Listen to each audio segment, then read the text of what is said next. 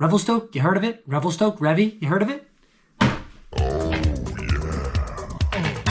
Oh yeah, baby! Woo!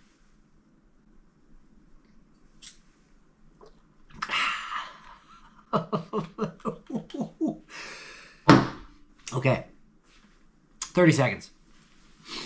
Gotta get my composure here. Who needs coffee? Revelstoke has been the talk of the town in Whistler for the last 4 or 5 years and is the place where a powder pilgrimage has honestly taken place. Tons of skiers are packing their bags and moving to Revelstoke for its bottomless powder, its colder temperatures, its backcountry terrain that's literally everywhere, just steps outside of town, and the highest vertical in North America. But is Revelstoke all it's cracked up to be? Well, I went last year and it was pretty damn fun. So today I'm gonna lay into the details a little bit and give you the Rise and Alpine review on Revelstoke Mountain Resort. So let's start out with spitting a few mountain statistics. The vertical drop at Revelstoke is absolutely massive. It's 1,713 meters, which is 100 meters higher than the peak chair at Whistler. Honestly, it's pretty mega and it's pretty direct. You feel it when you're skiing down top to bottom. It's like nothing else that I've ever felt. It gets those quads absolutely pumping.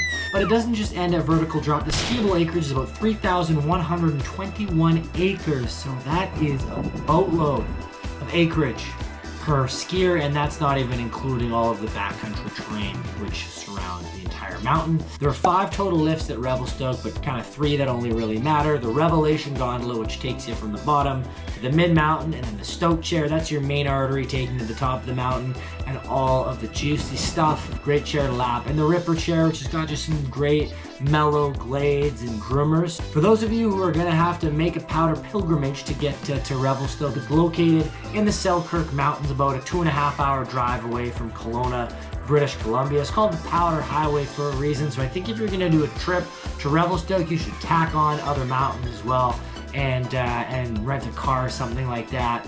Rent a car, steal a car, whatever you have to do. Snow conditions and climate. So Revy is known for its bottomless champagne powder. In the last 3 years, it hasn't disappointed. It's received about 900 centimeters of snow, so that's less than Whistler Blackcomb, but it's lighter and drier than Whistler Blackcomb, and dry powder is truly magical. If you know, you know. It snows 4 to 5 days a week, so sunshine isn't all that common in like the core of the season, but that's the same across most mountains. You're gonna get snow and flat or light a lot of the time because we need snow to ski on, and then you're gonna get the odd bluebird day. Now that we've got the stats out of the way, let's talk about the actual riding experience. Let's start with the beginner terrain. Revelstoke leans towards the intermediate and advanced skier in terms of all of its terrain. Obviously, if you're an advanced skier, an expert skier, you're gonna have the most fun on every single mountain, but there's still some spots to learn at Revelstoke. There's a magic carpet there if you're learning, and the bottom part, the lower mid-station part of the Revelation Gondola. One of the highlights for a beginner terrain on Revelstoke Mountain Resort is the last spike. It's a green run, which is 9.2 miles long, so about 15 kilometers long, which goes from the summit to the base of Revelstoke, and I believe it might be the longest ski run in the entire world, which is super epic. So beginners and experts alike can both ski the longest run in the world, and if you're still ripping pizza, 15K in pizza might be your entire day. So it's pretty nutty, but make sure you can ski on a cat track first. Intermediate terrain and carving runs. The intermediate terrain and carving runs at Revelstoke are what truly blew my mind. The top to bottom from Revelstoke was unlike anything I'd ever experienced. They've got blue runs going straight down, which don't divert at all, and you've got fall line 1,700 meters down from the top to the bottom. It's insane, and it's honestly a carver's dream. Like, I think it's one of the best spots I've ever ripped a groomer from top to bottom, without a doubt in my mind. And there's not that many people skiing groomers there, so you're gonna have a lot of space, which is great for really laying it out, and you're gonna have corduroy at the end of the day, because most people there are shredding bumps, shredding pow, skiing in the trees. So by the time I was ready to ski out at the end of the day, these groomers were so much fun. There's also sweet intermediate terrain on the Ripper Chair. It's got like a mellow pitch to it, and there's lots of trees. So that's a great place if you're, with your family, and some people have different skill levels. Like those trees, I still found them to be super freaking fun. But if you've got like a family or you're learning to ski trees better, it's not like too steep in the trees that you feel nervous. It's like nice, flowy, don't have to worry too much, and the spacing is pretty good. So the Ripper chair is a great spot for trees, and also has some sweet groomers in there. The black and double black terrain at Revelstoke was an absolute blast. Super zany, fun, like just super creative. There's little drops coming out of the trees everywhere, and lots of different options. It's broken down into like a couple different areas. You can ski under the Stoke chair, and there's main runs there that are like more open mogul runs to kind of the south side, like jalapeno and hot sauce, or underneath the chair. There's some sweet glades like the Steel Life glades or Clyde's glades, or if you want some steeper trees, which I was really impressed with, off the like Separate Reality Bowl, and I think it's called like Separate Reality Ridge. You can also go off to the North Bowl and kind of ski more open alpine type terrain, or you can go off to kind of the South Greeley Bowl, and part of that is the backcountry, but you can kind of ski down the top part of that before connecting to like the wider black runs. Similar to Whistler Blackcomb at Revelstoke, you could kill yourself 10 times over if you wanted to. There wasn't as many inbounds, like pants shitting type runs as there are at Whistler, but there's still lots of epic terrain you can like toy on the extreme side. So there's the hot dog hallways, lots of like little chutes and cliffs you can kind of jump off. In terms of like the higher extreme terrain, like above the North Bowl and the stuff that goes inbounds, I didn't feel like it had that kind of insane alpine stuff like the Cirques, the West Cirques, the Couloirs, the Spanky's Ladder. But definitely, if you know where to look, or where not to look, there are some like extreme spots that you can rip. Tree skiing. So tree skiing at Revelstoke is absolutely heavenly, and what makes it better is you can like adventure through most of it, especially in the upper reaches of the mountain, without feeling too nervous about getting cliffed out. I had no problems with getting cliffed out. There's like one major cliff band, but other than that, playing in the trees was super safe, especially if you're kind of playing around on the Stoke chair and heading back towards the Stoke chair, not away from it. Minimal cliffs, you can do lots of exploration. The snow wasn't amazing when I was there, so I didn't get the chance to ski like the mid-mountain runs at Kill the Banker. I know is pretty renowned. Looks a lot like Insanity at Whistler, just a lot of pillows and drops and trees.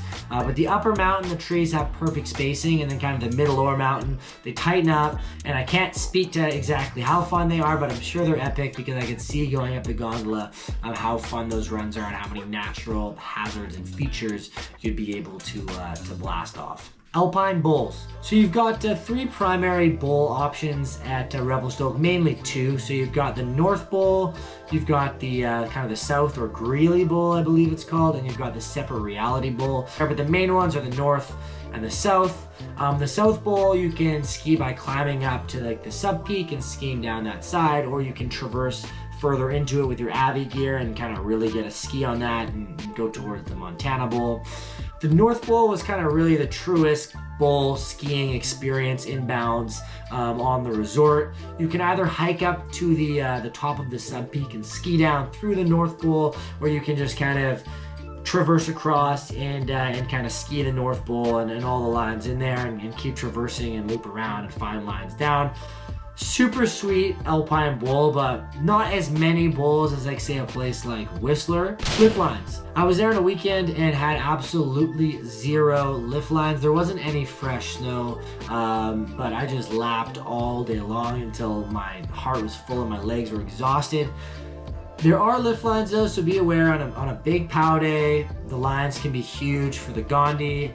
You're still gonna get a bunch of sick POW laps and people are gonna tire out quickly, but lines do exist at Revelstoke and it's becoming busier and busier every year. The more people that hear about it and the more people that kind of move in, the more development that there is. The mountain has gotten busier, and expect lines on powder days like any mountain, but on the regular average Joe days, even a sunny day, you're not going to get these massive, painful, Whistler-esque lines. Backcountry, side country access from the mountain resort itself is absolutely phenomenal. We went off into the Montana Bowl kind of when we were there and did a line through there through the trees and ended up back down the base of the resort at the car. You can go way further to the backcountry on either side out of the North Bowl. Like, you can just see a bunch of lines in there. I'm not that familiar, but let me tell you, the backcountry access overall in Revelstoke is amazing. There's lines just a stone's throw out of town. You can stand in the downtown core and look up and around at all these different lines. There's the fingers. On the other side, we skied the Bagby Shoulder, which was super fun. There's just lines everywhere. And then if you drive 45 minutes, you're in Rogers Pass, which is like a mountaineering mecca. So backcountry skiing is absolutely dialed in Revelstoke, and I think that's a big reason a lot of people move out there. The sled skiing access, backcountry access is just phenomenal, you know. So the views aren't as amazing in my opinion as like a Kicking Horse or a Whistler Blackcomb or somewhere in the Alps, but the views are still pretty unique and pretty sweet. What I found the most cool is the view of just the Columbia River, and you're skiing down, seeing this huge river and the contrast with the snow. I thought it was super cool. So like, not the craziest views on earth, and if you're going up strictly for Instagram photos or for sightseeing and not skiing, then you probably want to choose a different mountain for sightseeing. But for skiing, you know, the views are great. Just what you need. Food. The smash burger at the top of the Revelstoke Gondola is apparently extremely delicious. I only ate a PB&J while I was there, you know, that's what I do. But I did eat at a couple fun spots in the town. The town of Revelstoke's got a pretty sweet ski town vibe, nice and small. I ate at like, I think it was called like Beer House or something, and had a pulled pork mac and cheese. It was pretty bomb. And then I ate at somewhere called like Big Eddie's and got some big fried platter, also delicious. And I've also had pizza and Revy. All good choices. You can't really go that wrong. It's a small town and small spot to eat. If you're looking to get boozy, the locals watering hole is called The Last Drop. Day tickets are like 160 bones for a single day at Revy. But if you've got an Icon Pass, you get 7 free days. So I met a lot of Americans up there ripping that Icon Pass scam. So that's one option.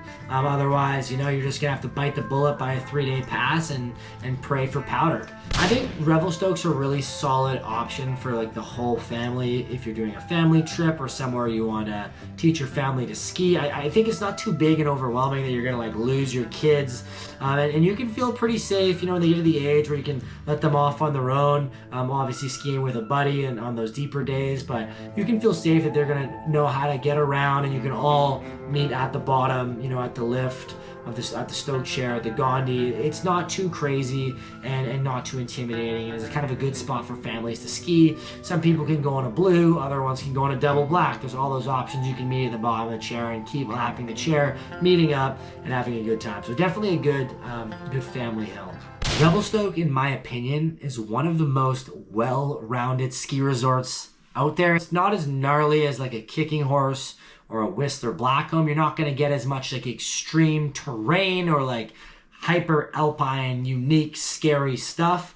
But what you are getting is some insane fall line. Like I said, that tree skiing from top to bottom, or those groomers from top to bottom, it's epic. It's unobstructed, just fall line shredding. And what I really think gives Revelstoke that even, you know, deeper advantage over other mountains is just that backcountry access from town. So you're not going to spend every day on the resort. As you kind of get more and more into skiing, you're going to shake up your days depending on conditions and go hunt powder in the backcountry on a sled or on your skis. So I think Revelstoke opens like a lot of doors and opportunities. Even though it's getting more busy with tourism, though, there's still a lot of homies in the line. You can tell people are yelling at each other, getting stoked, riding together. It's the kind of place you go up the Gondi by yourself, and then by the time you're skiing down the mountain, there's 7 of you doing like a train of hits all the way down the mountain, because there's just that many people you know skiing the mountain. So it's great that it kind of has that deep-rooted community feel and vibe. Definitely the real deal, and I'd go back in a heartbeat. And you should make sure that if you're doing a powder highway trip, it is absolutely a stop,